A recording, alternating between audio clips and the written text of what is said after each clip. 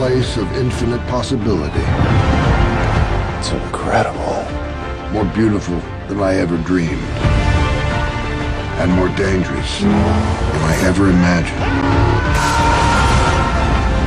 Well, I'm joined here by Olivia Wilde, who most of you will probably recognise as Dr. Remy from House, but soon you will recognise her as Cora from the upcoming Tron Legacy. Now, thanks for joining me. You've just had a game with fame with the Xbox Live users. How did that go? Yeah, it was so humiliating. I'm still licking my wounds over here, though. It was fun. It was really fun. I mean, I was so honored to be a part of the game because I'm not a gamer. So when they asked me to do the voice of Cora for the game, it was just such a blast. But now I have to master the actual playing of the game, which, next step, baby steps. That's baby a whole steps. new level. It's a whole new level. Come on, get my bike. Where's my bike? I needed to get out of here. Where's Cora? Shouldn't Cora help me at this point? I've been de-rezzed. Thanks, it's actually Adam. Did you have to approach the character of Cora differently in the game to in the movie? Obviously, you're there physically in when performing in the movie as opposed to just providing a voice in the game. Well, the thing with the game is that it takes place in the time before Tron Legacy. So Cora is actually younger than she is in the movie, and she's going through this war that's happening, which of course the game is based around, that happens all before Tron Legacy, the movie, takes place. So it was a different time in her life and involved different kind of interpretation of Cora, but it was fun to do. As far as the actual, you know, kind of process of doing it, yeah, I couldn't rely on any kind of physical techniques to help me in the performance. It was all my voice, but that made it sort of fun. Although in the booth when I was recording, I was kind of like running, you know, pretending to throw discs and pretending to drive and fighting away. And it was, but my favorite thing I have to say about doing the voice was the part where I recorded my lines for when the person playing the game would get up and leave the room to go get a snack or something, and then I'm taunting them from the screen saying like, come on, don't give up, it's not that bad. And I thought that was so funny. Time for a new course. Find a service tunnel. You'll be able to move through the city's subsystem undetected. This is probably the biggest film you starred in to date, since, you know, House really propelled your career forward. Yeah. How much work went into actually preparing physically for the role? One, in terms of the fact that she's a warrior, obviously quite an active character, but also the fact you have to wear this rubber electroluminescent suit the whole film as well.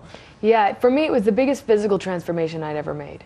It was an amazing process of you know, transforming me from a relatively weak, mushy person to solid muscle, and it involved an entire stunt team with many years of experience who had faith that I could learn martial arts, that I could learn jiu-jitsu, capoeira, sword fighting, boxing, all this kind of stuff that I would need to make Cora, you know, the warrior that she is.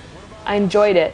It was a different experience. It meant that, you know, the process of preparing for this character was so completely physical that you know, I found that I was able to remove myself from the character in the most extreme way. It was such a departure from me. Now that I watch the film, I actually feel like it's an out-of-body experience. I don't really feel like that's me at all on camera, which is a cool feeling. She's just so different. But the physical training was challenging and fun at the same time.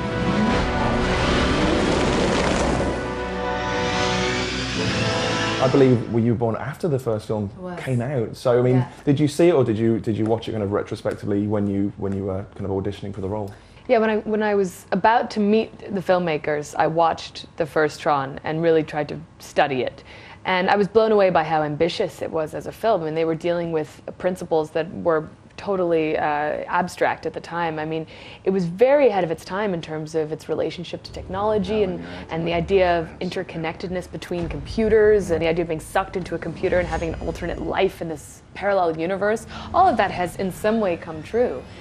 And I think that the film stays true to the original kind of themes and has a basic aesthetic that it mirrors the original, but it is updated in such an extreme way. It's similarly revolutionary.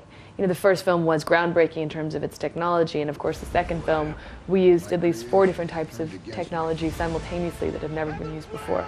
I mean, the thing is that this film, for fans of the original, it just blows their mind. It makes them so happy because we really did remain true to the feeling of the original and to a lot of the characters and the story. But to people who've never seen the film before, they're still blown away by it because it's like nothing they've ever seen. And especially if they're into kind of games and graphics and effects and all that, they just are so happy. Out there!